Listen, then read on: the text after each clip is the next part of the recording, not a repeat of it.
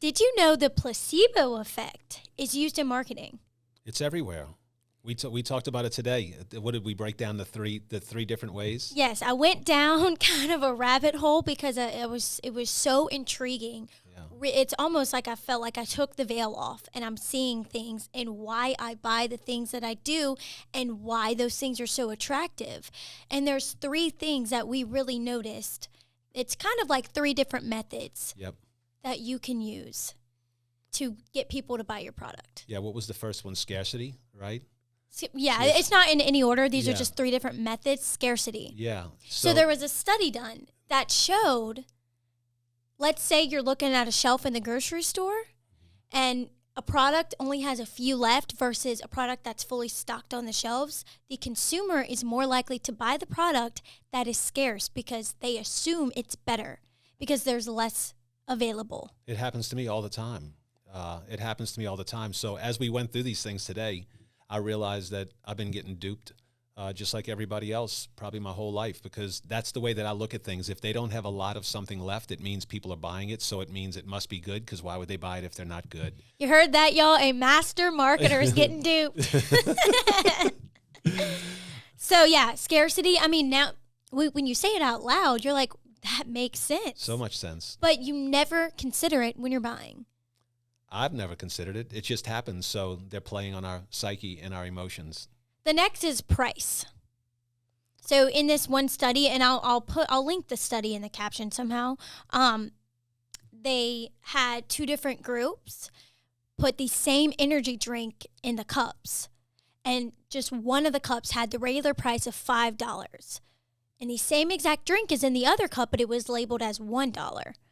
And after getting feedback from the 2 groups, they favored the more expensive one. They said that it worked better. They felt more energized. Their brain worked faster. They performed better in some kind of crossword puzzle or something like that, because they assumed, it's like their brain automatically assumed it was doing more for them because it was priced higher. Yeah, so it's the whole, we talk about it, cheap sometimes is the best pricing strategy because of what cheap, in people's minds, when you don't price something, the way it's supposed to be priced and you go in cheap, it actually, really lessens the person's appeal to the product because it's like, wait, this is $1. And so this just shows it, man, something that's $5 and $1, the exact same product, because of the value of it, So make sure you understand the value you bring into your customers so you don't underprice things, because it can actually hurt conversion and not help conversion because it gives off the wrong signal. Yeah, some of these things too, like, my wife does all these Pilgrim. She works for all these Pilgrim plants and Tyson plants. Chicken essentially comes from the same place. There's only so many warehouses that serve these chicken, and they're packed up in several different ways. So a lot of times that cheap chicken is the exact same as that high-end that's just packaged differently with different branding. So, it's, a lot of times it's that brand that you're paying a little bit more, but, that placebo effect makes you think it's a better chicken because it's been processed different, but they all come from the same place. Which leads us to the third one, taste. Yep. Have you ever heard, it tastes bad, it must be good?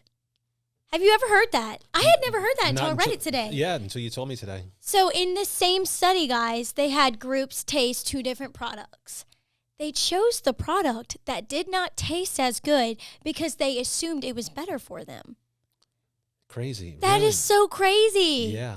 Because, when in the adversary, you say, it tastes good, it must be bad for me. That's what I always say when I'm eating something that's good and I don't know what the ingredients are. It's like, man, this is so good. There's no way this can be good for you. So understand this. And, you guys that are marketers, these are great strategies to use within your business when you can apply it, because, listen, you're just playing to the emotions and the way that people think and the way they make decisions.